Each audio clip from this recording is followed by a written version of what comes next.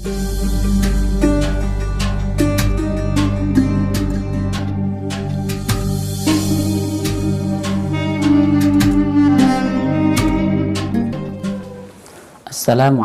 warahmatullahi wabarakatuh.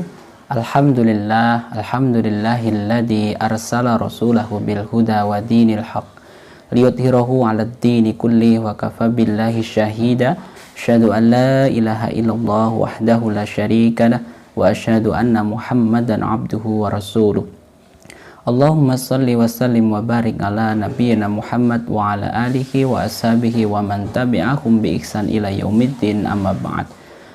Sahabat-sahabatku yang dirahmati oleh Allah Subhanahu wa taala, banyak orang yang mengejar meraih kedudukan tinggi di hadapan manusia sampai melakukan perbuatan yang melanggar aturan Allah Subhanahu wa taala, melakukan kezaliman, saling memfitnah, menyebarkan berita bohong, berebut kekuasaan, dan seterusnya. Itu semua dilakukan untuk meraih kedudukan tinggi di hadapan manusia. Padahal sahabat-sahabatku, meraih kedudukan tinggi di hadapan manusia hanya akan mendatangkan kekecewaan, mendatangkan penyesalan, bahkan di akhirat Allah Subhanahu wa taala akan mencampakkannya, sebagaimana dikisahkan dalam sebuah hadis. Ada 3 orang yang dicampakkan oleh Allah Subhanahu wa taala karena selama di dunia ia melakukan amal soleh, melakukan perbuatan hanya ingin mendapatkan pujian, kemuliaan, kedudukan tinggi di hadapan manusia. Sahabat-sahabatku, berbeda dengan meraih kedudukan tinggi di hadapan Allah Subhanahu wa taala. Allah tidak akan mengecewakan, bahkan Allah akan memuliakan di dunia dan di akhirat. Dan mestinya inilah yang kita raih, inilah yang kita lakukan untuk mendapatkan kedudukan tinggi di hadapan Allah Subhanahu wa taala. Lantas bagaimana kedudukan kita hari ini di hadapan Allah Subhanahu wa taala? Seorang ulama menyampaikan, kedudukan seseorang dilihat dari bagaimana kesibukan dia hari ini. Kemudian ada ulama lain yang mengatakan, kalau ingin kamu mengetahui kedudukanmu di sisi Allah Subhanahu wa taala, maka lihatlah bagaimana, sejauh mana ia senang berjumpa dengan Allah Subhanahu wa taala.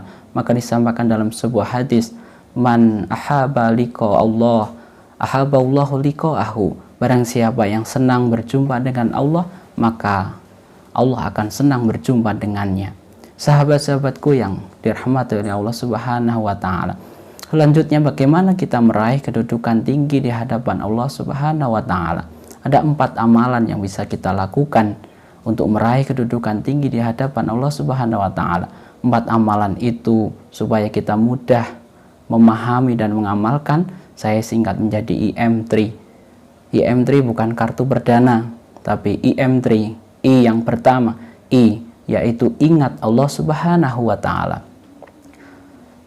Kalau kita ingin diingat oleh Allah Subhanahu wa taala, kedudukan kita dekat dengan Allah Subhanahu wa taala, maka senantiasalah mengingat Allah Subhanahu wa taala. Sebagaimana Allah sampaikan, fadzkuruni adzkurkum waskuruli wala takfurun.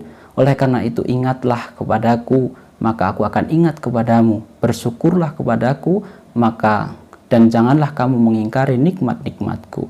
Mengingat Allah bisa kita lakukan dengan memulai, mengakhiri setiap aktivitas yang kita lakukan dengan doa. Kemudian di bulan Ramadan seperti ini, maka amalan sunnah untuk mengingat Allah dengan senantiasa membaca, mentadaburi, mengamalkan Al-Quran. Maka di dalam sebuah hadis disampaikan, Allah akan senang dan Allah memiliki keluarga. Siapa keluarga itu? Orang yang senang membaca, mentadaburi, mengamalkan Al-Quran. Sahabat-sahabatku yang dimuliakan oleh Allah Subhanahu wa taala.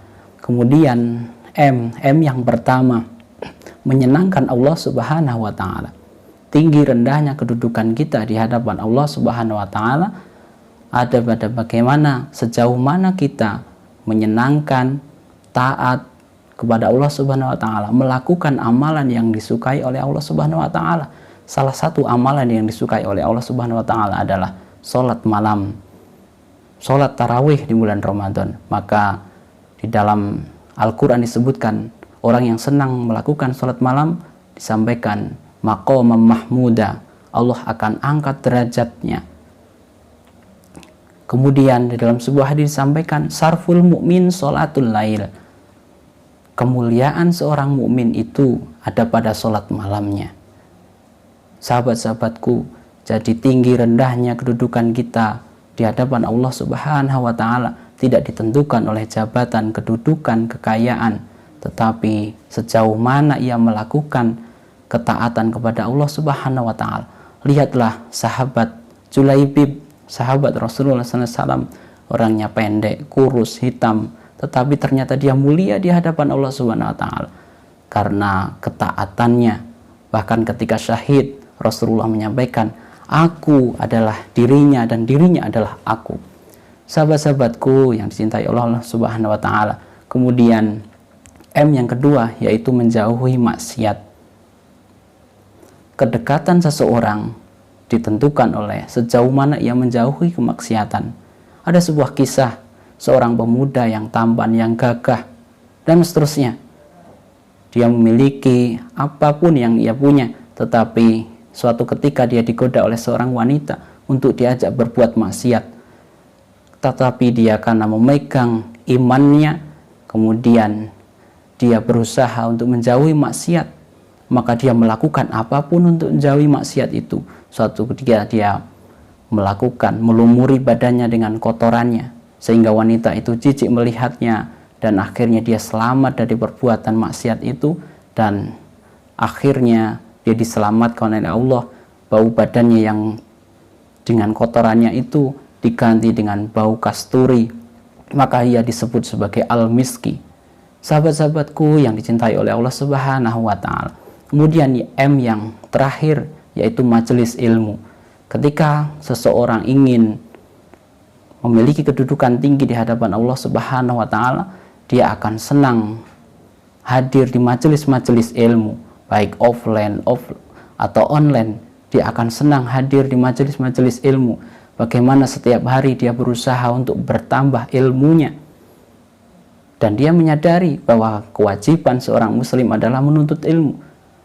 Thalabul ilmi fardhatun ala kulli muslim, dan Allah akan angkat derajat orang-orang yang berilmu sebagaimana firman-Nya, yarfa'illahu alladhina amanu minkum walladhina utul ilma darajah.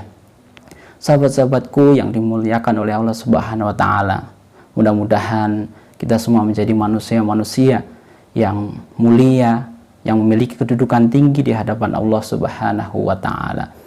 Demikian yang saya sampaikan. Jangan lupa mensubscribe channel ini, memberikan like, komen, dan share sebanyak-banyaknya untuk sahabat-sahabat yang lain. Mudah-mudahan channel ini memberikan manfaat yang banyak untuk umat. Aqulu qouli hadza wa astaghfiruh innahu wal ghafurur rahim.